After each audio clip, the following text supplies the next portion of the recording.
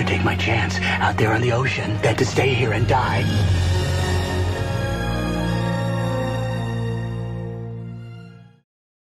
Kali ini kita akan membahas alur cerita film Castaway, film survival terbaik sepanjang masa. Film ini menceritakan tentang tekad luar biasa seorang manusia untuk bertahan hidup dikala terdampar di sebuah pulau yang tak berpenghuni. Tanpa berlama-lama, mari kita masuk ke alur ceritanya. Film dibuka dengan seorang pria yang sedang marah-marah kepada karyawannya. Pria ini bernama Chuck Nolan. Chuck adalah seorang eksekutif manajer di perusahaan pengiriman yang bernama FedEx. Tidak lama kemudian, seorang anak kecil lalu datang menyerahkan sebuah paket kepada Chuck. Chuck lalu memberikan hadiah kepada anak kecil itu.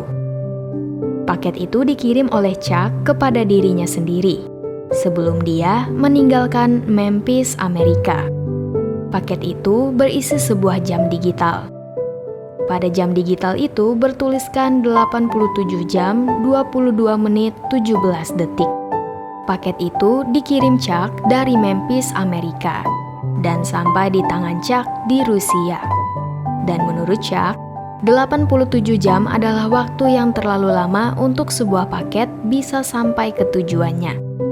Chuck kemudian melanjutkan omelannya dan meminta anak buahnya untuk lebih mengoptimalkan kecepatan waktu pengiriman paket untuk kedepannya. Setelah selesai menceramahi anak buahnya di Rusia, Chuck kemudian menelpon tunangannya dan segera pulang ke Amerika. Pada malam harinya, Chuck dan tunangannya mengadakan sebuah acara makan-makan bersama dengan teman kerjanya yang ada di Amerika. Dan malam itu adalah malam Natal. Ketika Chuck sedang makan, tiba-tiba saja pager berbunyi. Dan Chuck mendapatkan sebuah pesan bahwa malam itu ia harus berangkat ke Malaysia. Karena ada sebuah pekerjaan yang harus diselesaikan dengan segera. Chuck kemudian berangkat ke bandara. Dan sebelum dia berangkat, tunangannya itu memberikan dia sebuah hadiah Natal. Itu adalah sebuah jam saku warisan keluarga. Dan di dalam jam tersebut terdapat foto tunangannya. Chuck mengucapkan selamat Natal kepada tunangannya. Lalu dia pun pergi naik ke pesawat yang akan membawanya ke Malaysia. Pada saat Chuck tengah tidur di dalam pesawat, tiba-tiba saja terjadi sebuah guncangan keras yang membuatnya terbangun. Chuck kemudian bertanya kepada sang pilot, di manakah posisi mereka sekarang? Sang pilot menjawab bahwa mereka sedang terbang di atas lautan Pasifik.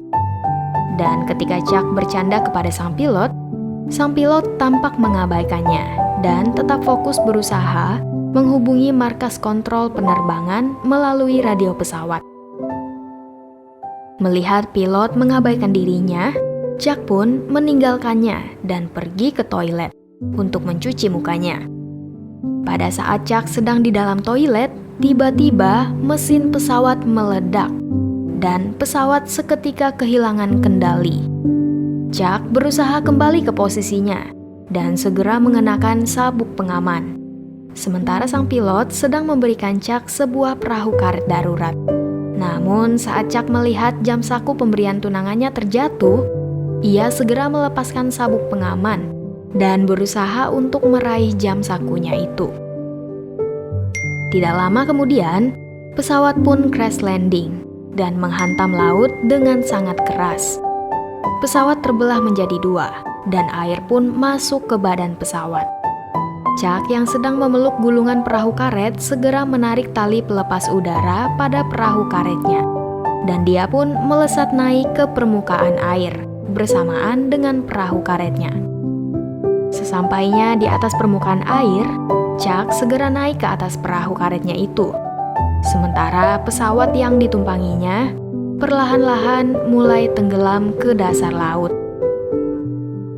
Melihat pesawatnya tenggelam, Chuck tidak bisa berbuat apa-apa. Dia hanya bisa berdiam diri di atas perahu karetnya dan terombang-ambing dihempas oleh ombak di tengah lautan bebas. Keesokan harinya, Chuck terbangun di sebuah pulau.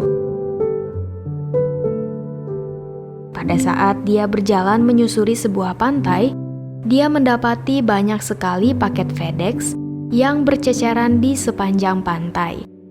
Dia kemudian membuat tulisan minta tolong di atas pasir, berharap siapa tahu ada pesawat yang melintas dan melihat tulisannya itu. Keesokan harinya, dia terbangun dan mendapati bahwa tulisannya itu perlahan-lahan hilang disapu oleh ombak. Dia kemudian mengumpulkan pohon-pohon yang tumbang dan lalu membentuknya menjadi sebuah tulisan minta tolong. Karena merasa haus, Chuck kemudian mengumpulkan buah kelapa. Dia menggunakan batu untuk mengupasnya dan lalu meminum air kelapa itu. Setelah itu, Chuck berjalan menelusuri pulau. Namun tidak ada seorang pun di pulau itu. Pada saat dia memandang pulau dari ketinggian, dia tiba-tiba saja melihat sesuatu di tepi pantai. Dia pun segera berlari ke pantai itu. Di sana, Chuck menemukan mayat temannya, yaitu pilot dari pesawat yang ditumpanginya sedang terapung-apung di atas air dengan kondisi yang sudah membusuk. Chuck lalu menyeret mayat temannya itu ke pulau dan menguburkannya. Pada suatu subuh, Chuck melihat sebuah lampu di kejauhan di tengah laut. Dia berteriak sekuat-kuatnya, memanggil kapal tersebut. Tetapi kapal tersebut tidak mendengar teriakannya. Pada pagi itu, Chuck berusaha mendayung perahu karetnya menuju ke arah kapal itu. Namun ombak menghempaskan perahu karetnya hingga terbalik. Ia pun terjatuh ke dalam air dan kakinya terluka oleh karang. Dengan terpincang-pincang, Chuck pun berjalan kembali ke pulau. Keesokan harinya, Chuck bangun tidur dan melihat luka di kakinya yang sudah mulai bernanah. Dia kemudian berjalan ke pantai, lalu membuka beberapa paket yang ditemukannya pada hari-hari sebelumnya. Dia menemukan beberapa tumpukan kaset, sebuah bola voli, dan sepasang sepatu ice skating, dan juga sebuah gaun pesta. Chuck kemudian menggunakan pisau pada sepatu ice skating yang ditemukannya itu untuk memotong kain untuk membalut luka di kakinya. Dia juga membuat sebuah tombak dan sekarang Chuck memiliki tombak untuk menangkap kepiting. Pada hari itu, Chuck berusaha untuk membuat api dengan menggesek-gesekkan kayu. Dia mencoba dan mencoba dari pagi sampai malam, sampai ke pagi lagi. Namun usahanya sama sekali tidak membuahkan hasil. Malahan kayunya patah dan tangannya berdarah. Dia pun mengamuk, kemudian berteriak sekuat tenaganya.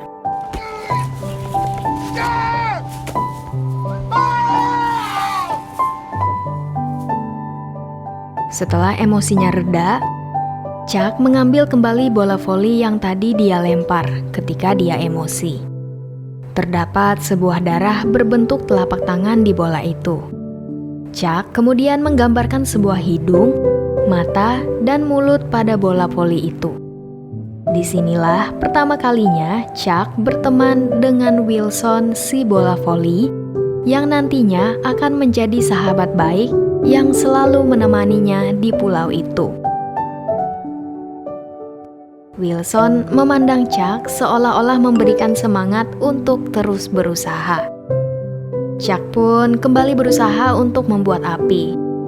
Setelah diberi semangat oleh Wilson, Chuck pun akhirnya berhasil membuat api.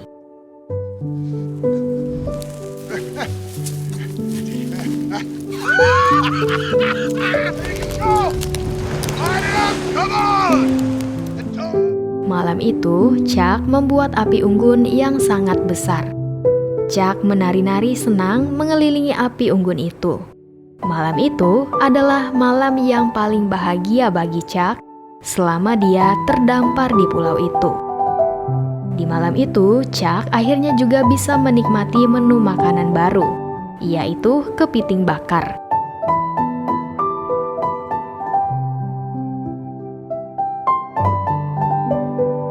Keesokan harinya, Chuck mengalami sakit gigi yang menyiksanya sepanjang hari itu.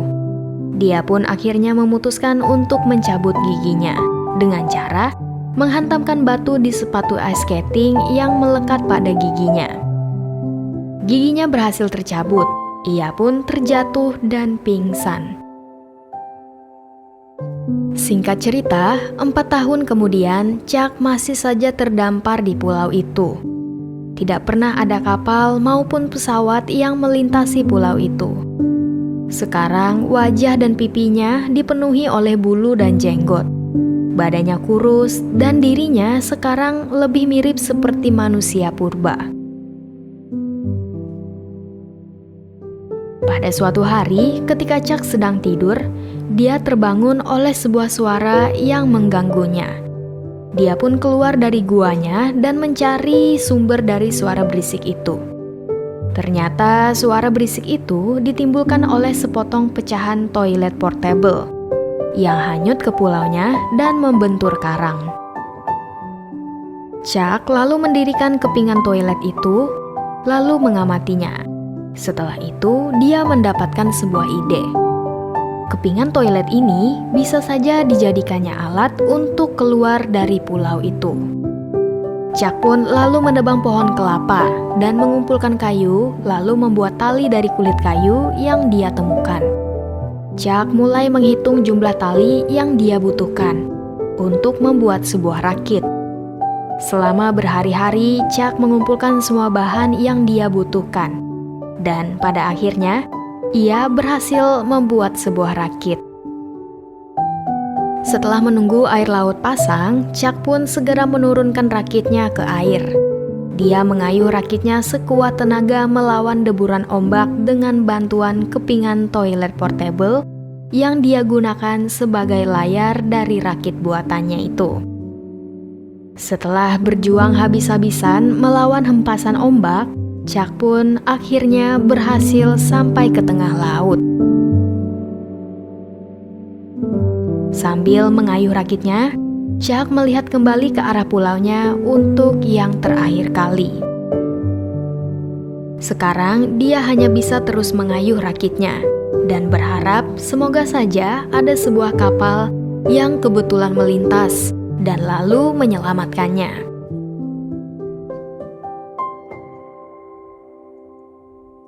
Selama berhari-hari, Chuck terombang-ambing di tengah laut tanpa ada satupun kapal yang melintas. Hujan, panas, dan badai dilaluinya hanya bersama Wilson si bola voli di atas rakitnya itu. Pada suatu malam, terjadi sebuah badai yang sangat besar. Layar plastik dari rakitan Chuck itu tiba-tiba terlepas dan terbang dibawa oleh badai itu. Sekarang Chuck dan Wilson hanya bisa pasrah berharap pada arus air laut yang membawa rakit mereka. Keesokan harinya, ketika Chuck sedang tidur di atas rakit yang terombang-ambing, Wilson tiba-tiba saja terjatuh dari atas rakit itu. Chuck yang melihat Wilson terjatuh ke laut langsung segera terjun ke air dan berenang ke arah Wilson yang terhanyut semakin jauh dari rakit. Namun sebelum berhasil meraih Wilson, Chuck menyadari bahwa rakitnya semakin hanyut dan menjauh darinya. Chuck pun segera sadar bahwa dia tidak bisa menyelamatkan Wilson. Dia pun berenang kembali ke rakitnya dan kemudian menangis sejadi-jadinya. Kini sekaranglah saatnya. Chuck dan Wilson harus berpisah. Chuck menangis dan terus menangis sampai ia tertidur dan tak sadarkan diri. Pada sore itu, ketika Chuck sedang tidur, sebuah kapal kargo pengangkut barang tiba-tiba saja melintas lewat di samping rakitnya. Kapal kargo itu lalu segera membunyikan sirene, pertanda bahwa ada orang yang sedang terhanyut dan membutuhkan pertolongan. Chuck pun akhirnya diselamatkan oleh kapal kargo itu. Setelah kembali ke kotanya, Chuck disambut oleh ribuan orang. Semua TV, koran memberitakan tentang kepulangan dirinya. Di sana, Chuck mendapatkan kenyataan bahwa selama 4 tahun dirinya hilang dan terdampar. Ternyata semua orang termasuk teman-temannya telah menganggap bahwa dirinya telah mati. Chuck juga mendapat sebuah kenyataan pahit bahwa tunangan yang sangat dia cintai sekarang telah menikah dengan pria lain dan telah memiliki seorang anak. I'm Kelly's husband. Look, this is very hard. For at first when she thought she lost you, and maybe you could just give her a little more time. Pada malam itu, Chuck mendatangi rumah mantan tunangannya. Ia mengembalikan jam saku pemberian mantan tunangannya itu. Pada awalnya, mantan tunangannya itu menolak jam saku itu untuk dikembalikan. Namun, Chuck bersikeras untuk mengembalikannya, karena jam saku tersebut adalah warisan dari kakek mantan tunangannya. Dan menurut Chuck, pusaka keluarga harus tetap bersama dengan keluarga yang mewarisinya. Setelah mengembalikan jam saku tersebut, Chuck pun kemudian pamit dan pulang. Pada saat Chuck perlahan pergi dan mengendarai mobil, mantan tunangannya berlari memanggil Chuck dan kemudian mengejar mobil Chuck. Mereka pun kemudian berpelukan di tengah derasnya hujan yang turun pada malam itu. Mantan tunangan Chuck mengaku bahwa sebenarnya dia masih mencintai Chuck. Chuck juga mengakui bahwa dia juga sangat mencintainya, bahkan lebih dari apapun. Namun, keadaan sekarang telah berubah. Mantan tunangannya sekarang telah memiliki keluarganya sendiri.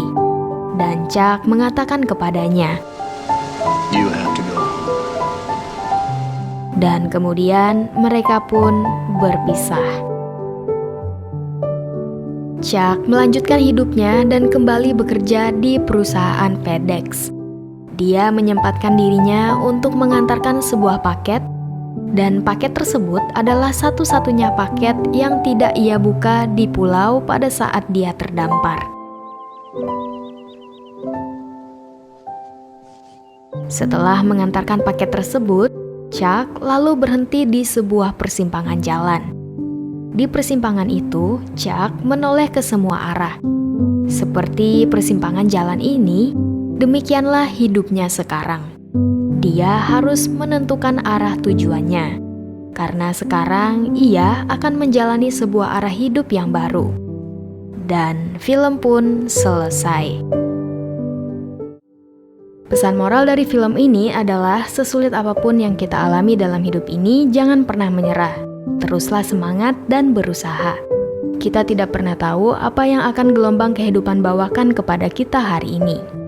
Jangan lupa like, subscribe, dan bunyikan lonceng notifikasinya untuk alur cerita film menarik lainnya. Sampai jumpa.